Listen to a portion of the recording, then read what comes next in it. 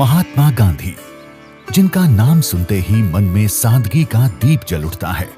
आंखों के सामने उभरती है वो तस्वीर जहां चरखा घूमता है और आत्मनिर्भर भारत का सपना आकार लेता है।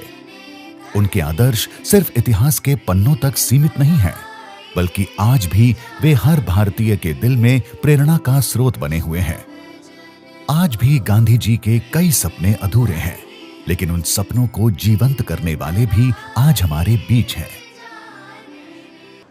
सत्य और अहिंसा के आदर्श हो,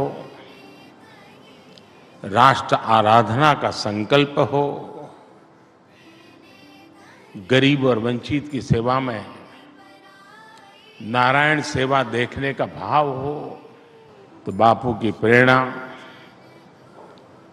हम अपने भीतर स्पष्ट रूप से अनुभव कर सकते हैं। मैं पूज्य बापू के चरणों में नमन करता हूं, उन्हें श्रद्धांजलि देता हूं।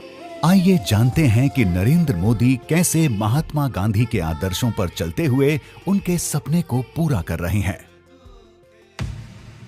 वडनगर के गांव की मिट्टी में खेलते हुए नरेंद्र ने बचपन से ही गांधी जी को न सिर्फ पढ़ा, बल्कि उनके विचारों को गहराई से समझा। नरेंद्र भाई के जीवन में गांधी जी का प्रभाव काफी रहा। स्वाश्रयी जीवन का जो मूलभूत मंत्र महात्मा जी ने दिया, वो नरेंद्र भाई स्वयं उसके जीवन में उपयोग करते रहे। गांधी जी के विचारों ने उनके जीवन में सकारात्मक ऊर्जा भरी, जिसे उन्होंने सामाजिक और राजनीतिक जीवन में अपनाया। उनके जीवन पर कई गांधीवादी व्यक्तियों का गहरा प्रभाव भी रहा, जैसे वडनगर के गांधीवादी शिक्षक शंभू भाई रावल के आदर्श, मकू भाई सिंह सोनी के प्रेरणादायक गीत, भावनगर के समाज सेवी ठक्कर बाबा की सीख और डॉक्टर द्वारकादास जोशी की गांधीवादी सोच ने नरेंद्र मोदी के जीवन को गहराई से प्रेरित और प्रभावित किया। नरेंद्र मोदी का महात्मा गांधी के शिष्य आचार्य विनोबा भावे से भी संपर्क रहा। विनोबा भावे ने नरेंद्र मोदी के प्रति गहरी आत्मीयता और स्नेह भावना दिखाई। 60 के दशक में गुजरात में गौरक्षा आंदोलन की अगुवाई करते हुए उनके गांव के गांधीवादी अनशन पर बैठे। उन्हें देखकर नरेंद्र मोदी के हृदय में देश, धर्म और संस्कृति के प्रति ऐसा प्रेम उमड़ा कि वे स्वयं भी उनके साथ अनशन पर बैठ गए। जब वे अपने युवा अवस्था में आरएसएस प्रचारक के तौर पर जगन्नाथ मंदिर परिसर में रहने लगे थे, तब उन्होंने गांधी जी की प्रेरणा से मंदिर और आसपास के गांव में सफाई अभियान चलाया। नरेंद्र भाई मंदिर परिसर में ही एक रूम है, उसमें रहते थे। जैसे उन दिनों है ना, ग्राम सफाई अभियान का एक समय चला था, तो उसमें जो भी गांव पसंद होता था, उसमें हम लोग को ये सिखलाया जाता था कि गांव की सफाई हमें नहीं करनी है, हमें उनको सिखलाना, हमको उनको काम करने के लिए बाध्य करना है कि वो अपने घर को, अपने गांव को कैसे साफ सफाई रखेंगे। हम तो एक दिन में करके चले आएंगे, फिर बाकी के दिनों में क्या। संघ में शिविरों में नरेंद्र मोदी गांधी जी का प्रिय गीत वैष्णव जन तो तेने कहिए कई बार वर्ग गीत के तौर पर करवाते थे। जब वो गुजरात बीजेपी के महामंत्री बने, तो मुझे बापू को जो पसंद है, वैष्णव जन तो तेने रे कहिए जे पीड़ पराई जाने रे। वैष्णव जन का डेफिनेशन क्या है, वो उस भजन में बहुत अच्छे से वो समझाने की कोशिश। उस पूरे भजन को लेके पूरे गुजरात के कार्यकर्ताओं को समझाने का अगर किसी ने शुरुआती दौरे में उन्होंने एक महामंत्री के रूप में जो प्रयास किया है, अद्भुत है। गांधी जी की विरासत को विश्व स्तर पर स्थापित करने की नरेंद्र मोदी की दूरदृष्टि और समर्पण से जुड़ा एक रोचक किस्सा पूर्व प्रधानमंत्री भारत रत्न अटल बिहारी वाजपेयी के मीडिया सलाहकार अशोक टंडन भी बताते हैं। प्रधानमंत्री अटल जी दक्षिण अफ्रीका की यात्रा पर जाने वाले थे, तो नरेंद्र भाई ने कहा कि अटल जी को एक सुझाव दिया जाए कि वो गुजरात की मिट्टी कलश में लेकर जाएं और वहां पर क्योंकि कार्यक्रम में अटल जी ने उस स्थान पर भी जाना था जहां पर रेलवे के डिब्बे से गांधी जी को सामान के साथ बाहर फेंक दिया गया था। जब नरेंद्र मोदी गुजरात के चुनाव जीते, उसके बाद वे गांधी जी का आशीर्वाद लेने उनके जन्म स्थल कीर्ति मंदिर पोरबंदर पहुंचे। मुख्यमंत्री बनने के बाद उन्होंने गांधी जी के मूल्य और सिद्धांतों को अपने प्रशासनिक कार्यों में उतारा और गांधी जी से जुड़े ऐतिहासिक स्थलों का पुनर्विकास और सौंदर्यीकरण कर उन्हें सम्मानित किया। नरेंद्र मोदी का कहना है, हम आधुनिकता की ओर बढ़ें, पर हमारी जड़ें हमें हमेशा अपनी परंपराओं से जोड़े रखें। यही उनकी सोच थी जब उन्होंने मेट्रो परियोजना के दौरान साबरमती आश्रम की पवित्रता बनाए रखने की पहल की।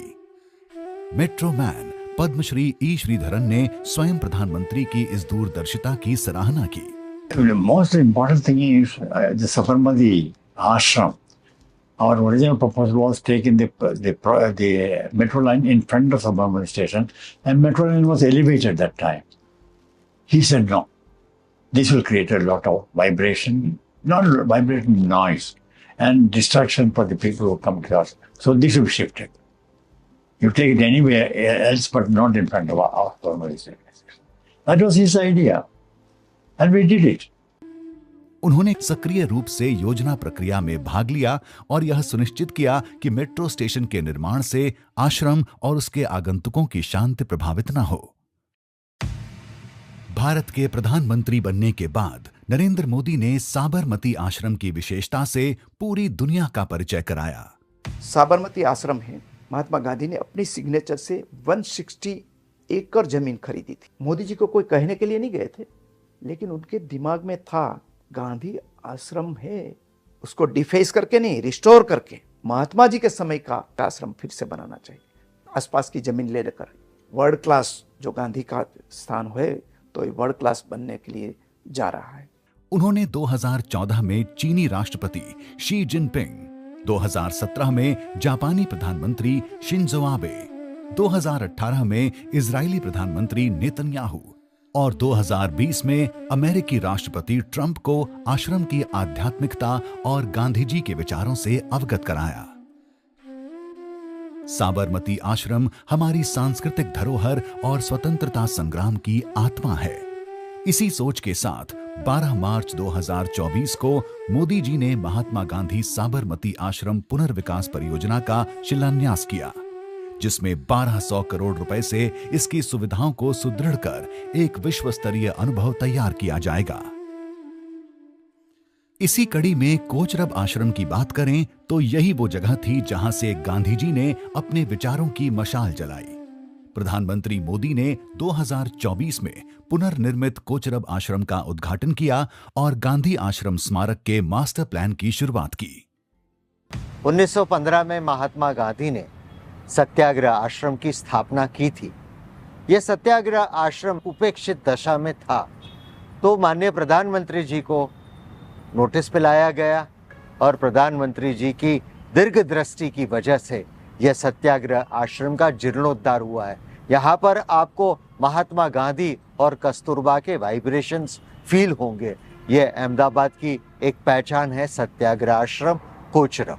12 मार्च 1930 महात्मा गांधी ने दांडी मार्च की शुरुआत की, जो ब्रिटिश नमक कानून के खिलाफ पहला बड़ा अहिंसक आंदोलन था, जिसने ब्रिटिश साम्राज्य को हिला दिया और भारतीय स्वतंत्रता संग्राम की नींव रखी। 2003 में गुजरात के मुख्यमंत्री के रूप में नरेंद्र मोदी ने दांडी यात्रा को पुनर्जीवित करने की पहल की। दांडी को एक अंतर्राष्ट्रीय पर्यटन स्थल बनाने की दिशा में महत्वपूर्ण कदम उठाए। 2015 में प्रधानमंत्री के तौर पर नरेंद्र मोदी ने दांडी कुटीर संग्रहालय का उद्घाटन किया और 2019 में दांडी नवसारी में नेशनल सॉल्ट सत्याग्रह मेमोरियल को राष्ट्र को समर्पित किया। मुझे पूछा कि कौन से गांव से हो, तो मैंने कहा ओरिजिनली मैं दांडी का हूँ। मोदी जी ने बोला दांडी में क्या है अभी, और मैंने कहा कि साहब वहाँ कोई सैफी विला है, ये गांधी जी की प्रतिमा के कारण नमक उन्होंने उठाया था, वो उसके सिवा कुछ है ही नहीं दांडी में। और मोदी जी ने स्पष्ट बात की थी कि ऐसा कुछ होना चाहिए कि पूरे दुनिया के लोग दांडी में आके देखें, और ऐसा दांडी बनवाना चाहता उस जब प्रधानमंत्री हुए मोदी जी, और 2019 में ये साकार हुआ। भारत की आजादी के 75 साल पूरे होने पर पीएम मोदी ने आजादी का अमृत महोत्सव के तहत साबरमती आश्रम से दांडी तक 241 मील की ऐतिहासिक पदयात्रा को दांडी मार्च की 91वीं वर्षगांठ पर हरी झंडी दी। इस अभूतपूर्व यात्रा में जहां जहां गांधी जी रुके थे, नरेंद्र मोदी ने वहां वहां लोगों के ठहरने और रुकने की व्यवस्था करवाई, ताकि लोग उन गौरव के पलों को और भी करीब से महसूस कर सकें। और अब बात करते हैं महात्मा मंदिर की। जब नरेंद्र मोदी गुजरात के मुख्यमंत्री थे तो गुजरात के स्थापना दिवस 1 मई 2010 को उन्होंने गांधीनगर में इसका शिलान्यास किया था। इस दौरान एक टाइम कैप्सूल भी महात्मा मंदिर में रखा गया था, जिसमें गुजरात की 1 मई 1960 से अब तक की यात्रा को संजोया गया था। उन्होंने एक दिन ऐसे ही बैठे थे तो कहा कि भाई हमारी राजधानी जो है गुजरात की वो गांधीनगर, लेकिन गांधी के नाम पर यहाँ कुछ है नहीं, तो हम यहाँ क्या कर सकते हैं कि जो गांधी की याद भी दिलावे, जनता के लिए उपयोगी भी हो। तो उसमें से बात निकल के आई कि कोई अच्छा कन्वेंशन सेंटर गांधीनगर में नहीं, कि हाँ बिल्कुल गांधीनगर में एक महात्मा मंदिर, महात्मा जी के नाम पे एक अच्छी मल्टी फेसेटेड एक सुविधा खड़ी की जाए। महात्मा मंदिर का निर्माण केवल एक भवन नहीं बल्कि एक जन आंदोलन बन गया था। इस अद्भुत संरचना के लिए गुजरात के गांव और शहरों के साथ साथ भारत के विभिन्न राज्यों और कई अन्य देशों से मिट्टी और पानी लाकर इसे एक नई पहचान दी गई। 2011 में महात्मा मंदिर के उद्घाटन के बाद यह वाइब्रेंट गुजरात समेत कई बड़े राष्ट्रीय और वैश्विक कार्यक्रम का केंद्र बन गया है। महात्मा मंदिर की नींव में पूरे हिंदुस्तान की नदियों, पूरे हिंदुस्तान के गांव की मिट्टी यहाँ लानी चाहिए। एक भारत श्रेष्ठ भारत जो बात करते हैं हम, तो ये यहाँ से बात शुरू हुई है। एक भारत श्रेष्ठ भारत, पूरे देश की मिट्टी आई, पूरे देश की नदियों का जल आया और उसके ऊपर ये महात्मा मंदिर बना है। समरस ग्राम योजना हो या गरीब कल्याण योजना या हो निर्मल गुजरात अभियान, महात्मा गांधी जी के ग्राम स्वराज और आत्मनिर्भरता के सपने को साकार करने के लिए नरेंद्र मोदी ने गुजरात के मुख्यमंत्री रहते हुए अहम कदम उठाए। प्रधानमंत्री बनने पर उन्होंने स्वच्छ भारत मिशन, आत्मनिर्भर भारत अभियान, सांसद आदर्श ग्राम योजना के जरिए गांधी जी की विचारधारा को नई ऊंचाई दी। गांधी जी स्वच्छता के समर्थक थे। उन्होंने 1916 में बनारस हिंदू विश्वविद्यालय में कहा था, स्वच्छता स्वतंत्रता से भी अधिक महत्वपूर्ण है। इसी सोच को आगे बढ़ाते हुए जब प्रधानमंत्री के तौर पर नरेंद्र मोदी ने देश की बागडोर संभाली तो 2014 में स्वच्छ भारत मिशन की नींव रखी, जिसने देश को स्वच्छता और सम्मान की दिशा में एक अभूतपूर्व परिवर्तन की राह पर ला खड़ा किया। One of the brilliant ideas of Prime Minister Modi was to link the Swachhata program with Gandhi ji. He said, why don't we invoke the spirit of Gandhi ji, but let us bring 20,000 Swachhagrahis together. And this was another term the Prime Minister had himself coined. So the Prime Minister's idea was, let us bring 10,000 village motivators and sanitation workers from across India and let us get them to share their experiences, inspiring people and motivating them to improve their swachhata and to move towards making their villages open defecation free. Gandhi ji का सबसे बड़ा सपना था ग्राम स्वराज, आत्मनिर्भर गांव। नरेंद्र मोदी ने आत्मनिर्भर भारत और वोकल फॉर लोकल जैसे अभियानों के जरिए इस सोच को वास्तविकता में बदला। गांधी जी खादी को आत्मनिर्भरता और स्वाभिमान का प्रतीक मानते थे। नरेंद्र मोदी ने खादी को नई पहचान दी। गुजरात के मुख्यमंत्री रहते उन्होंने खादी को प्रोत्साहित किया और प्रधानमंत्री बनने पर khadi for nation, khadi for fashion का नारा दिया। उन्होंने खादी को ग्लोबल पहचान दिलाकर ग्रामीण उद्योगों को मजबूती दी और आत्मनिर्भर भारत का सपना साकार किया। 2 अक्टूबर 2019 महात्मा गांधी की 150वीं जयंती। इस ऐतिहासिक अवसर पर प्रधानमंत्री नरेंद्र मोदी ने बापू के विचारों और शिक्षाओं को दुनिया भर में प्रसारित किया। इसकी शुरुआत उनके सिद्धांतों को दर्शाने वाले प्रतीक चिन्ह यानी लोगो के अनावरण से हुई। उनके जीवन, कार्य और पत्रों का डिजिटलीकरण कर सभी तक पहुंचाया गया। महात्मा गांधी के 150 वर्ष का जब उत्सव पूरा भारत मना रहा था, उस समिति में मैं भी था। राष्ट्रपति भवन में उसकी 2 बैठकें हुई और मुझे बड़ी उत्सुकता थी कि हम महात्मा गांधी की स्मृति का उत्सव कैसे मनाएंगे। उसके पहले नरेंद्र भाई ने बड़ा स्पष्ट कर दिया कि मैं यहाँ जितने लोग बैठे हैं और जो मेरे अधिकारी हैं जो इसका कार्यान्वयन करेंगे, उन्हें एक बात कह देना चाहता हूँ कि गांधी जी की स्मृति का ये कार्यक्रम सरकारी बिल्कुल ना हो। ये सिर्फ एक सरकारी उपक्रम है इसलिए हमें करना है, ऐसा नहीं है। महात्मा गांधी के जो जीवन मूल्य हैं वो हमें समाज के अंतिम आदमी तक पहुंचाने हैं। चेंज विद इन अभियान के तहत पीएम मोदी ने फिल्म और टीवी जगत को गांधी जी के विचारों का प्रचार करने का आह्वान किया। वैश्विक स्तर पर प्रतिष्ठित इमारतों पर उनकी तस्वीरें प्रदर्शित हुईं और 150 महान व्यक्तियों ने गांधी एंथोलॉजी के लिए लेख लिखे। स्मारक सिक्के और डाक टिकट जारी कर इतिहास को समृद्ध किया गया। 30 सितंबर 2018 को राजकोट में महात्मा गांधी संग्रहालय का उद्घाटन किया गया। यह वही अल्फ्रेड हाई स्कूल है जहां महात्मा गांधी ने 1887 में अपनी मैट्रिकुलेशन परीक्षा उत्तीर्ण की थी। स्वतंत्रता के बाद इसे मोहनदास गांधी हाई स्कूल के नाम से पुनः नामित किया गया। 2 अक्टूबर 2018 से 2020 तक चले इस उत्सव में गांधी जी के सार्वभौमिक संदेश को पूरे विश्व ने अपनाया। प्रधानमंत्री नरेंद्र मोदी की गांधी जी की शिक्षाओं में गहरी आस्था ने उन्हें दुनिया भर में गांधी जी के सिद्धांतों को फैलाने में मदद की।